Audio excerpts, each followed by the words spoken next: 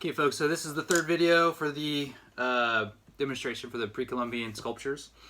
Right now I have my little enclosed form. It's basically like a little egg right now.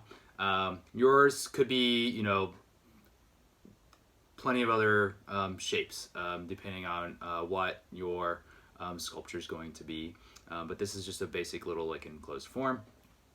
So right now I've already scored, and I added water, which we're using as like kind of our slip, a little bit like of our binder. And I'm going to take this, I'm holding it firmly underneath, and I'm going to twist it just slightly and work it back and forth, twist it back and forth to really work that top piece into the bottom piece.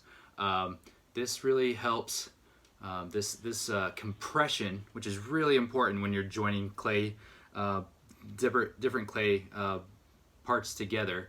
Compression is just really key to having a good connection there, right? So I might see a little bit of like slip start to kind of form here at that crease, and I can just skim that off by just wiping it off with my finger. I'm gonna put that in my bucket here. That's good. And keep that slip. And I like to get that out of the way first before I move on to the next thing. So now this is kind of, it's smushed together, so to speak. I'm gonna take the rounded end of my elbow tool. So you guys should have some kind of like elbow tool in your toolkit that looks like this. I like to take the rounded side, and I'm gonna take clay from one side and push it down into the other side, like this. And don't worry about that seam. We're going to fill it in with a little bit more clay. And the form right now, it's basically like a little balloon, right? Like if I press down on it enough or push down on it, you know, it's gonna like kind of like want to like pop out. So you know, it's kind of a sealed little environment in there, and but it is pretty soft. So if I press too hard on it when I'm doing this, it could totally collapse on me. So I have to be careful not to do that. So, and I'm holding this up just so for demonstration purposes, so you can see it at home. But you know, you might be, while you're at home, you might be sitting there like this.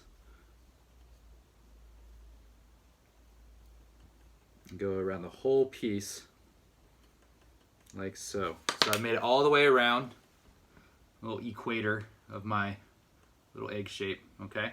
Now I'm gonna take that same rounded end of the elbow tool, and I'm going to just kind of smooth that out a little bit.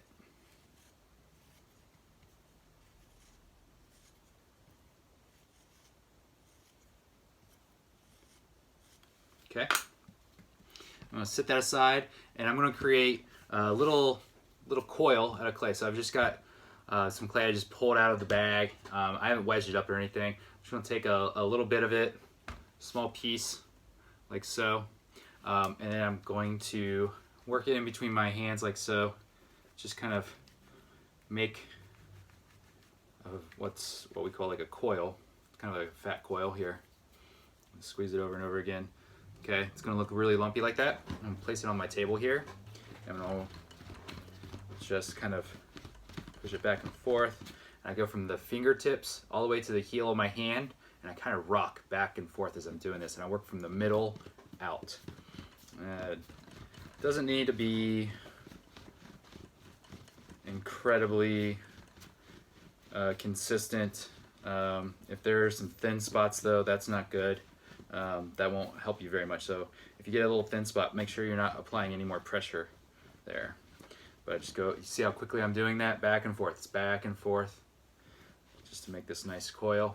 Okay, so it's about the thickness of my index finger, maybe a little thinner. So think of like maybe like a Sharpie marker.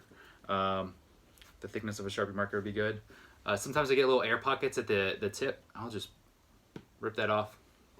And I'm gonna take this, and if this has been sitting too long, this seam might firm up, it might be a little dry. So I'm gonna take, you can add a little bit of water here, you know, but I really hesitant to have you use too much water because it can really cause problems or make it a little bit more difficult. So one thing that's important, the clay that I used to make my coil here was sitting out for about 10 minutes, and it's kind of firmed up just in that 10 minutes of sitting outside the bag.